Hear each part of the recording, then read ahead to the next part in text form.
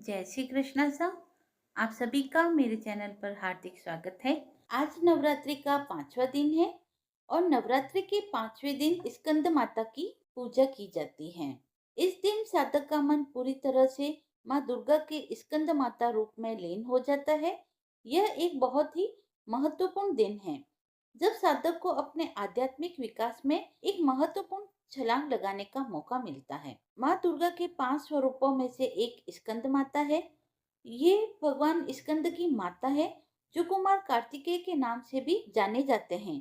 भगवान स्कंद प्रसिद्ध तारकासुर संग्राम में देवताओं के सेनापति बने थे और पुराणों में इन्हें शक्तिधर और कुमार कहा जाता है।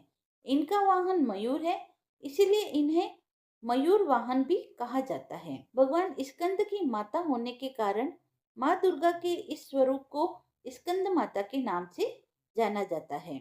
स्कंद माता की कथा, जब राजा दक्ष के यज्ञ में माता से अग्नि कुंड में कूदकर भस्म हो गई, तब शिवजी विलाप करते हुए गहरी तपस्या में लीन हो गए। इससे सृष्टि शक्तिहीन हो गई। असुरों ने इस मौके का लाभ उठाया और पौराणिक मान्यताओं के अनुसार एक असुर था जिसका नाम था ताड़कासुर। उसने अपनी कठोर तपस्या से ब्रह्मा जी को प्रसन्न कर अमर होने का वरदान लिया। तब ब्रह्मा जी ने कहा, इस धरती पर जिसका जन्म हुआ है उसका मरना निश्चित है। कोई भी अमर नहीं हो सकता है। तुम कोई और वर मांगो। यह सुनकर तारकासुर बहुत दुखी हो गया। कुछ देर सोचने के बाद तारकासुर ने कुटिल मुस्कान के साथ कहा कि मुझे यह वरदान दीजिए कि मेरी मृत्यु भगवान शिव के पुत्र के हाथों ही हो। ब्रह्मा जी ने कहा, तथास्तु, और वह अंतर्ध्यान हो गए। तारकासुर ने यह सोच लिया था कि भगवान शिव तो माता सती के वियोग में अनादिकाल तक तपस्या में लीन रहेंगे और माता सती का स्थान शंकर जी किसी और को कभी नहीं देंगे। अतः वे तो अब विवाह करेंगे ही नहीं और उसकी मृत्यु, जो कि शंकर जी के पुत्र के हाथों से होनी है, बिना शंकर जी के विवाह के उनके पुत्र का जन्म लेना भी संभव नहीं है।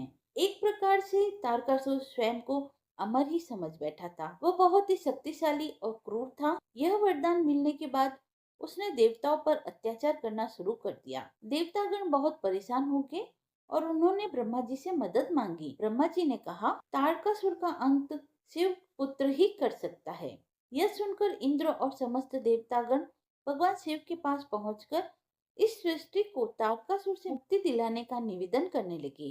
शिवजी ने सभी देवताओं को इस समस्या से मुक्त कराने का वचन दिया। तब भगवान शंकर पार्वती जी के प्रति अपने अनुराग की परीक्षा लेने लगे और माता पार्वती की तपस्या से प्रसन्न होकर उन्होंने उनसे विवाह कर लिया। विवाह के पश्चात उनके एक पुत्र हुआ जिसका की नाम कार्तिकेय रखा गया। कार्तिकेय जी का एक अन्य नाम स्कंद भी था। माता पार्वती ने कार्तिकेय जी को तारकासुर के वध के लिए युद्ध का प्रशिक्षण दिया था और उनके प्रशिक्षण से ही कार्तिकेय जी तारकासुर का वध करने में सफल हुए थे।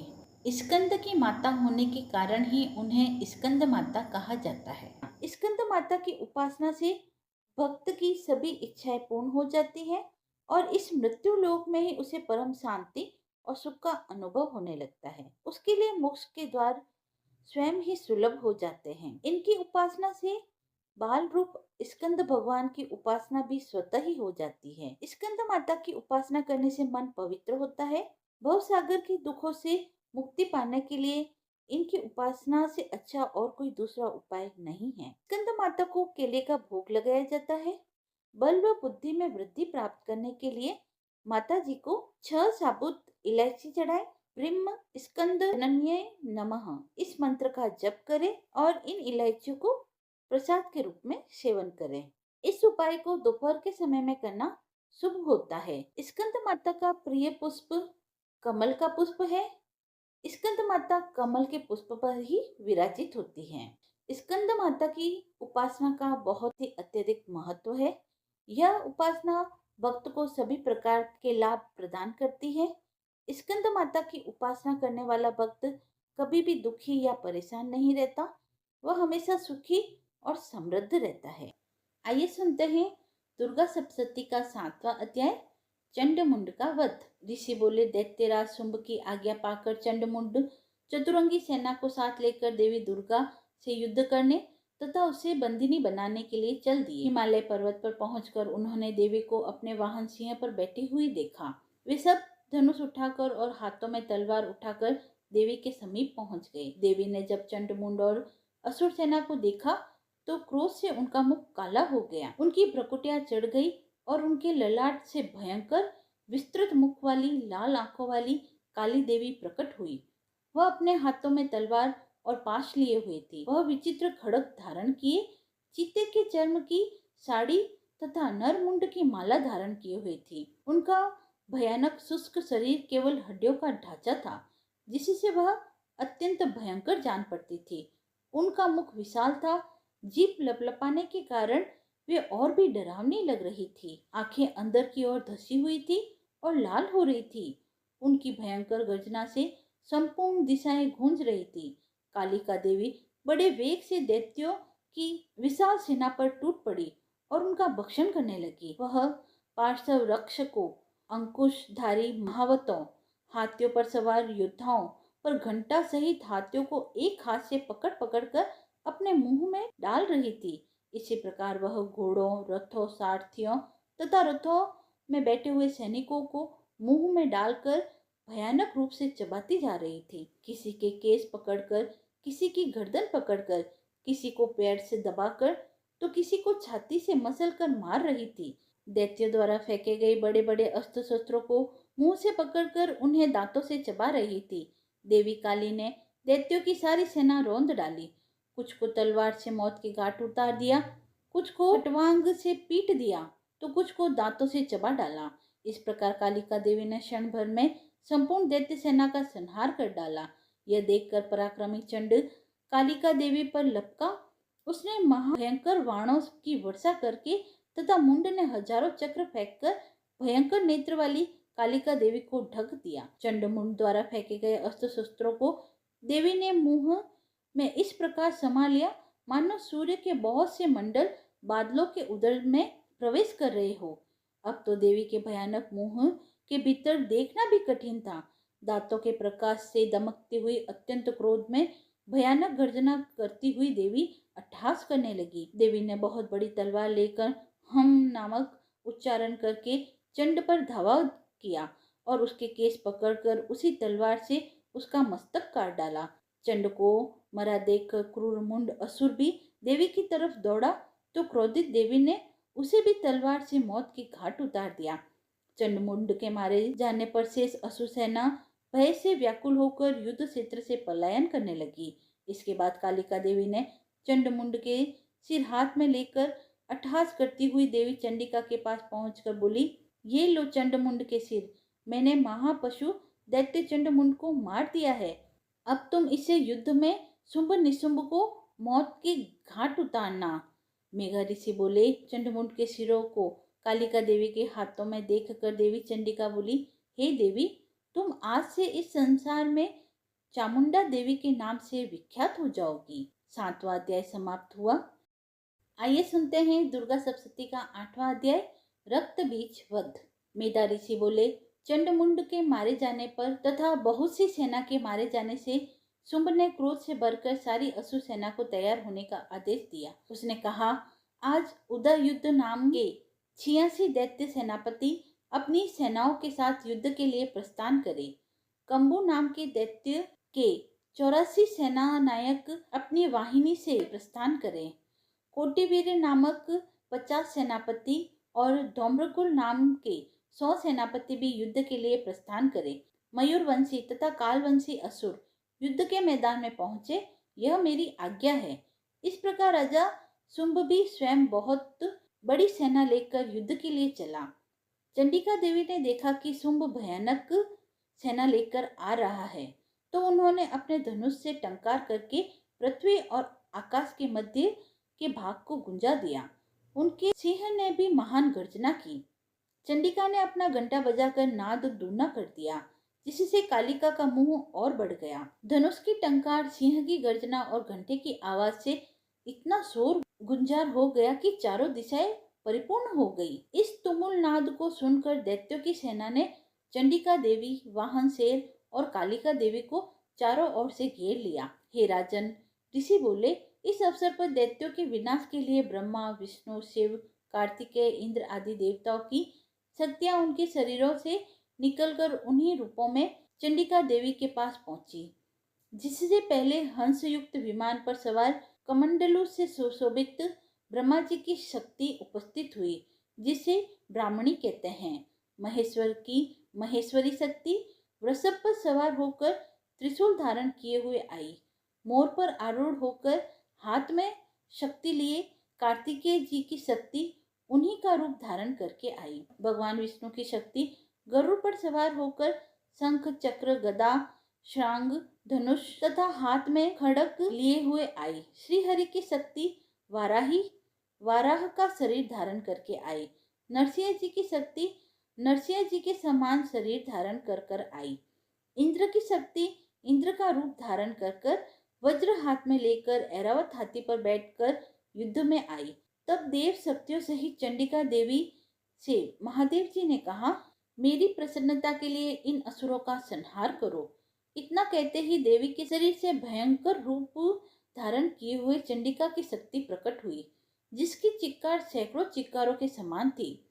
उस अपराजित देवी ने धूम्र रंग की जटा वाले शंकर जी से कहा, हे भगवान, आप मेरे दूत के रूप में शुंभ के पास जाकर उससे तथा निशुंभ और दूसरे राक्षसों से जो यहाँ युद्ध करने हेतु आए हैं, उनसे कहिए कि यदि तुम जीवित रहना चाहते हो तो त्रिलोकी राज्य इंद्र को सौंप दो। देवताओं को उनका यज्ञ का भाग मिलना चाहिए और तुम सब पाताल लौट जाओ। यदि बल के घमंड में तुम्हें लड़ने की इच्छा हो तो फिर तुम्हारे मांस से मेरी योगिनियां तृप्त होगी। भगवान शिव को देवी ने दूत के रूप में भेजा, इसलिए वे संसार में शिव दूती के नाम से भी प्रसिद्ध हुई। भगवान शिव ने देवी के दूत के रूप में जब महाअसुरों के पास जाकर देवी के वचन सुनाए तो वे सब क्रोध से भर गए और कात्यायनी देवी से युद्ध करने के लिए आगे बढ़े। राक्षसों ने बाण, शक्ति आदि आयुधों से देवी पर आक्रमण किया। इस पर देवी ने अपने धनुष से पहने बाण छोड़कर राक्षसों द्वारा छोड़े हुए अस्त्र शस्त्रों को बच्चों के खेल के समान काट डाला। इसके बाद कालिका देवी ने उनके सम्मुख होकर शत्रुओं के शूल के प्रहारों को चीरती फाड़ती खटवांग से कुचलती विचरने लगी। ब्राह्मणी देवी भी जिधर निकल जाती वहां वह अपने कमंडल से राक्षसों पर जल छिड़क कर उनके बल और पराक्रम को नष्ट कर देती। इस प्रकार महेश्वरी भी अत्यंत क्रोध से भरकर त्रिशूल से तथा वैष्णव देवी अपने चक्र से और कौमारी देवी अपनी शक्ति से राक्षसों का विनाश कर रही थी। ऐंद्री देवी ने अपने वज्र द्वारा सैकड़ों असुरों को काट डाला, जिससे वे पृथ्वी पर गिर पड़े। उनके सिर से रक्त की धारा बहने लगी। वाराही देवी अपने तुंड के प्रहार से असुर सेना का विनाश करने लगी। बड़े बड़े राक्षसों के सिर उनके चक्र से कट कट कर पृथ्वी पर गिरने लगे। नारसिंही भी अपने नखों से राक्षसों को विदीर्ण करके उनका भक्षण करने लगी और सिंहनाद से चारों दिशाओं को गुंजारती हुई रणभूमि में विचरण करने लगी। शिवदूती के प्रचंड अट्टहास से कितने ही दैत्य भयभीत होकर पृथ्वी पर गिर पड़े। उनके गिरते ही वह उनका भक्षण कर जाती थी। इसी प्रकार क्रोधित मातृगणों द्वारा अनेकों अनेक उपायों से बड़े बड़े राक्षसों को मारते हुए देखकर राक्षसी सेना भाग खड़ी हुई। सेना को भागते देखकर रक्तबीज नामक महापराक्रमी असुर क्रोध से भरकर युद्ध के लिए आगे बढ़ा। रक्तबीज की विशेषता थी कि उसके शरीर से रक्त की बूंद जैसे ही पृथ्वी पर गिरती थी, तुरंत वैसे ही शरीर वाले बलवान दैत्य पृथ्वी से उत्पन्न हो जाते थे। रक्तबीज हाथ में गदा लेकर इंद्र शक्ति ऐंद्री के साथ युद्ध करने लगा। जब ऐंद्री ने अपने वज्र से रक्तबीज को मारा तो रक्तबीज के शरीर से बहुत सा रक्त निकला, जो कि पृथ्वी पर गिरने लगा और उससे उसी के समान रूप तथा पराक्रम वाले योद्धा उत्पन्न हो गए। इस प्रकार रक्तबीज के रक्त से उत्पन्न दैत्य मातृगणों के साथ घोर युद्ध करने लगे। इस पर देवी ने वज्र प्रहार से रक्तबीज का सिर काट दिया और उसके शरीर से जो रक्त बहा उससे हजारों राक्षस पैदा हो गए। वैष्णव शक्ति ने चक्र द्वारा रक्तबीज को मारा तो उसके शरीर से जो ही रक्त बहा तो उससे हजारों उसी के समान महाअसुर पैदा हो गए, जिससे सारा संसार भर गया। इससे सभी देवता भयभीत हो गए। देवताओं को डरा हुआ एवं उदास देखकर चंडी देवी ने काली देवी से कहा, हे चामुंडे, तुम अपना मुख विस्तार से फैला लो। मेरे शस्त्र प्रहार से गिरते हुए रक्त को अपने मुंह में पीती जाओ। इस प्रकार रक्त से उत्पन्न असुरों का भक्षण करते हुए भ्रमण करोगी तो रक्त बीज का संपूर्ण रक्त समाप्त हो जाएगा। रक्त के पृथ्वी पर न गिरने से नए राक्षस पैदा नहीं हो सकेंगे। इस पर काली देवी को समझाकर देवी दुर्गा ने रक्त बीज पर त्रिशूल से प्रहार किया। तत्काल ही देवी काली ने रक्त बीज के रक्त को अपने मुंह में पी लिया। उसी समय रक्त बीज ने देवी चंडी का पर गदा से प्रहार किया, परंतु उसके प्रहार का देवी पर कुछ भी असर नहीं हुआ। रक्त बीज के शत विशत शरीर से बहुत सा रक्त बहने लगा, परंतु उसके रक्त को पृथ्वी पर गिरने से पहले ही कालिका ने उसे अपने मुंह में ले लिया। तदंतर देवी चंडिका ने रक्त बीज को वज्र, बाण, खड़ग इत्यादि से मार डाला। इस प्रकार रक्तहीन होकर रक्त बीज पृथ्वी पर गिर पड़ा।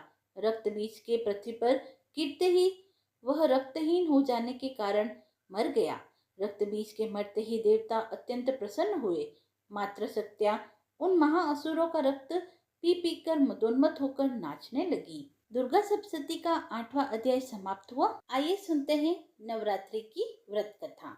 बृहस्पति जी बोले, हे ब्रह्मा जी, आप अत्यंत बुद्धिमान, सर्वशास्त्र और चारों वेदों को जानने वालों में श्रेष्ठ हो। हे प्रभु, कृपा कर मेरे वचन सुनो। चैत्र, अश्विन, माघ और आषाढ़ मास के शुक्ल पक्ष में नवरात्रा का व्रत और उत्सव क्यों किया जाता है? हे भगवान, इस व्रत का फल क्या है? किस प्रकार करना उचित है? और पहले इस व्रत को किसने किया? कृपा करके मुझे विस्तार से बतलाइए। बृहस्पति जी का ऐसा प्रश्न सुनकर ब्रह्मा जी कहने लगे कि हे बृहस्पति, प्राणियों का हित करने की इच्छा से तुमने बहुत ही उत्तम प्रश्न किया है। जो मनुष्य मनोरथ पूर्ण करने वाली दुर्गा, महादेवी, सूर्य और नारायण का ध्यान करते हैं, वे मनुष्य धन्य हैं। यह नवरात्र व्रत संपूर्ण कामनाओं को पूर्ण करने वाला है। इसके करने से पुत्र चाहने वाले को पुत्र, धन चाहने वाले को धन, विद्या चाहने वाले को विद्या और सुख चाहने वालों को सुख मिलता है। इस व्रत को करने से रोगी मनुष्य का रोग दूर हो जाता है और कारागार में पड़ा हुआ मनुष्य बंधनों से छूट जाता है। मनुष्य की तमाम विपत्तियों को दूर करने वाला है यह व्रत। और व्रत करने वाले के घर में संपूर्ण संपत्तियां आकर उपस्थित हो जाती हैं। बंधिया और कागबंधिया के इस व्रत के करने से पुत्र हो जाता है। समस्त पापों को दूर करने वाले इस व्रत के करने से ऐसा कौन सा मनोरथ है जो सिद्ध नहीं हो सकता? यदि व्रत करने वाला मनुष्य सारे दिन का उपवास न कर सके तो एक समय भोजन करे और उस दिन बांधवों सहित नवरात्र व्रत की कथा श्रवण करें। हे बृहस्पति, जिसने पहले इस महाव्रत को किया है उसका पवित्र इतिहास मैं तुम्हें सुनाता हूँ। तुम सावधान होकर सुनो। इस प्रकार ब्रह्मा जी के वचन सुनकर बृहस्पति जी बोले, हे ब्राह्मण, मनुष्यों को कल्याण करने वाले इस व्रत के इतिहास को मेरे लिए कहिए। मैं सावधान होकर सुन रहा हूँ। आपकी शरण आए हुए मुझ पर आप कृपा करें। ब्रह्मा जी बोले, पीठक नाम के मनोहर नगर में ब्राह्मण रहता था। वह भगवती दुर्गा का भक्त था। उसके संपूर्ण सद्गुणों से युक्त मानो ब्रह्मा की सबसे पहली रचना हो सुमति नाम की एक अत्यंत सुंदर कन्या हुई। वह कन्या सुमति अपने घर के बालकपन में अपनी सहेलियों के साथ क्रीड़ा करते हुए इस प्रकार बढ़ने लगी जैसे शुक्ल पक्ष में चंद्रमा की कलाएं बढ़ती हैं। उसका पिता प्रतिदिन दुर्गा जी की पूजा और होम किया करता था। उस समय वह भी नियम से वहां उपस्थित रहती थी। एक दिन वह सुमति अपनी सखियों के साथ खेलने गई और भगवती के पूजन में उपस्थित नहीं हुए। उसके पिता को पुत्री की ऐसी असावधानी देखकर क्रोध आया और पुत्री से कहने लगे, हे दुष्ट पुत्री, आज प्रभात से तुमने भगवती का पूजन नहीं किया। इस कारण मैं किसी कुष्ठी और दरिद्र मनुष्य के साथ तेरा विवाह करूंगा। इस प्रकार कुपित पिता के वचन सुनकर सुमति को बड़ा दुख हुआ और पिता से कहने लगी कि हे पिताजी, मैं आपकी कन्या हूँ। मैं आपके सब तरह से अधीन हूँ। जैसी आपकी इच्छा हो मेरा विवाह कर सकते हो। होगा वही जो मेरे भाग्य में लिखा है। मेरा तो इस पर पूर्ण विश्वास है। मनुष्य न जाने कितने मनोरथों को चिंतन करता है, पर होता वही है जो भाग्य में विधाता ने लिखा है। जो जैसा करता है उसको फल भी उस कर्म के अनुसार ही मिलता है, क्योंकि कर्म करना मनुष्य के अधीन है पर फल देव के अधीन है। जैसे अग्नि में पड़े हुए तृणदि उसको अधिक प्रदीप्त कर देते हैं, उसी तरह अपनी कन्या के ऐसे निर्भयता से कहे हुए वचन सुनकर उस ब्राह्मण को और अधिक क्रोध आ गया। तब उसने अपनी कन्या का एक कुष्ठी के साथ विवाह कर दिया और अत्यंत क्रुद्ध होकर पुत्री से कहने लगा कि जाओ जाओ, जल्दी जाओ, अपने कर्म का फल भोगो, देखे केवल भाग्य भरोसे पर रहकर क्या करती हो। इस प्रकार से कहते हुए पिता के कटु वचनों को सुनकर सुमति अपने मन में विचार करने लगे कि अहो, मेरा बड़ा दुर्भाग्य है जिससे मुझे ऐसा पति मिला। इस तरह अपने दुख का विचार करते हुए वह सुमति अपने पति के साथ वन में चली गई और भयानक वन में कुशायुक्त उस स्थान पर उन्होंने वह रात बड़े कष्ट से व्यतीत की। उस गरीब बालिका की ऐसी दशा देख भगवती पूर्व पुण्य के प्रभाव से प्रकट होकर सुमति से कहने लगी कि हे ब्राह्मणी, मैं तुम पर प्रसन्न हूँ, तुम जो चाहो वरदान मांग सकती हो, मैं प्रसन्न होकर मन वांछित फल देने वाली हूँ। इस प्रकार भगवती दुर्गा का वचन सुनकर ब्राह्मणी कहने लगी कि आप कौन हैं जो मुझ पर प्रसन्न हुई हो? यह सब मेरे लिए कहो और अपनी कृपा दृष्टि से मुझ दासी को कृतार्थ करो। ऐसा ब्राह्मणी का वचन सुनकर देवी कहने लगी कि मैं आदि शक्ति हूँ और मैं ही ब्रह्मा, विद्या और सरस्वती हूँ। प्रसन्न होने पर प्राणियों को दुख दूर कर उनको सुख प्रदान करती हूँ। हे ब्राह्मणी, मैं तुम पर तेरे पूर्व जन्म के पुण्य के प्रभाव से प्रसन्न हूँ। तुम्हारे पूर्व जन्म का वृत्तांत मैं तुम्हें सुनाती हूँ, सुनो। तुम पूर्व जन्म में निषाद अर्थात भील की स्त्री थी और अति पतिव्रता थी। एक दिन तेरे पति निषाद ने चोरी की। चोरी करने के कारण तुम दोनों को सिपाहियों ने पकड़ लिया और ले जाकर जेल खाने में बंद कर दिया। उन लोगों ने तेरे को और तेरे पति को भोजन भी नहीं दिया। इस प्रकार नवरात्र के दिनों में तुमने न तो कुछ खाया और न ही जल पिया, इसीलिए 9 दिन तक नवरात्र का व्रत हो गया। हे ब्राह्मणी, उन दिनों में जो नवरात्र का व्रत हुआ, उस व्रत के प्रभाव से प्रसन्न होकर मैं तुम्हें मनोवांछित फल देने आई हूँ। तुम्हारी जो इच्छा हो सो मांगो। इस प्रकार दुर्गा के कहे वचन सुनकर ब्राह्मणी बोली कि अगर आप मुझ पर प्रसन्न हैं, तो हे दुर्गे, आपको प्रणाम करती हूँ। कृपा करके मेरे पति की कोढ़ को दूर करो। देवी कहने लगी कि उन दिनों में जो तुमने व्रत किया था, उस व्रत के एक दिन का पुण्य अपने पति का कोढ़ दूर होने के लिए अर्पण करो। मेरे प्रभाव से तेरा पति कोढ़ से रहित और सोने के समान शरीर वाला हो जाएगा। ब्रह्मा जी बोले। इस प्रकार देवी का वचन सुनकर वह ब्राह्मणी बहुत प्रसन्न हुई और पति को निरोग करने की इच्छा से ठीक है ऐसा बोली। तब तक उसके पति का शरीर भगवती दुर्गा की कृपा से कुष्ठहीन होकर अति कांति युक्त हो गया, जिसकी कांति के सामने चंद्रमा की कांति भी क्षीण हो जा रही थी। वह ब्राह्मणी पति की मनोहर देह को देखकर देवी को अति पराक्रमी समझकर स्तुति करने लगी कि हे दुर्गे, आप दुर्गत को दूर करने वाली, तीनों जगत का संताप हरने वाली, समस्त दुखों को दूर करने वाली, रोगी मनुष्य को निरोग करने वाली, प्रसन्न होने पर मनोवांछित फल प्रदान करने वाली और दुष्ट मनुष्य का नाश करने वाली हो। आप ही सारे जगत की माता और पिता हो। हे अम्बे, मुझ अपराध रहित अबला की मेरे पिता ने कुष्ठा के साथ विवाह कर मुझे घर से निकाल दिया। उसकी निकाली हुई मैं पृथ्वी पर घूमने लगी। आपने ही मेरा इस आपत्ति रूपी समुद्र से उद्धार किया है। हे देवी, मैं आपको प्रणाम करती हूँ, मुझ दीन की रक्षा करो। ब्रह्मा जी बोले कि हे बृहस्पति। इसी प्रकार वह सुमति मन से देवी की बहुत स्तुति करने लगी। उससे की हुई स्तुति सुनकर देवी को बहुत संतोष हुआ और वह ब्राह्मणी से कहने लगी, हे ब्राह्मणी, तुम्हारे उदालय नाम का एक अति बुद्धिमान, धनवान, कीर्तिवान और जितेंद्र पुत्र शीघ्र ही होगा। ऐसा कहकर वह देवी उस ब्राह्मणी से फिर कहने लगी कि हे ब्राह्मणी, और जो कुछ तेरी इच्छा हो वही मनोवांछित फल तुम मांग सकती हो। ऐसा भगवती दुर्गा का वचन सुनकर सुमति बोली कि हे भगवती, अगर आप मुझ पर प्रसन्न हैं तो कृपा कर नवरात्रि की विधि बतलाइए। हे दयावती, जिस विधि से नवरात्र व्रत करने से आप प्रसन्न होती है, उस विधि और उसके फल को मेरे लिए विस्तार से कहिए। इस प्रकार ब्राह्मणी के वचन सुनकर दुर्गा माँ कहने लगी कि हे ब्राह्मणी, मैं तुम्हारे लिए संपूर्ण पापों को दूर करने वाले नवरात्र व्रत की विधि बतलाती हूँ, जिसको सुनने से तमाम पापों से छुटकारा व मोक्ष की प्राप्ति होती है। अश्विन मास के शुक्ल पक्ष की प्रतिपदा से लेकर 9 दिन तक विधि पूर्वक व्रत करें। यदि दिन भर का व्रत न कर सके तो एक समय भोजन कर लें। पढ़े लिखे ब्राह्मणों से पूछकर घट स्थापना करें और वाटिका बनाकर उसको प्रतिदिन जल से सींचें। महाकाली, महालक्ष्मी और महासरस्वती की मूर्तियां बनाकर उसकी नित्य विधि सहित पूजा करें और पुष्पों से विधि पूर्वक अर्घ दें।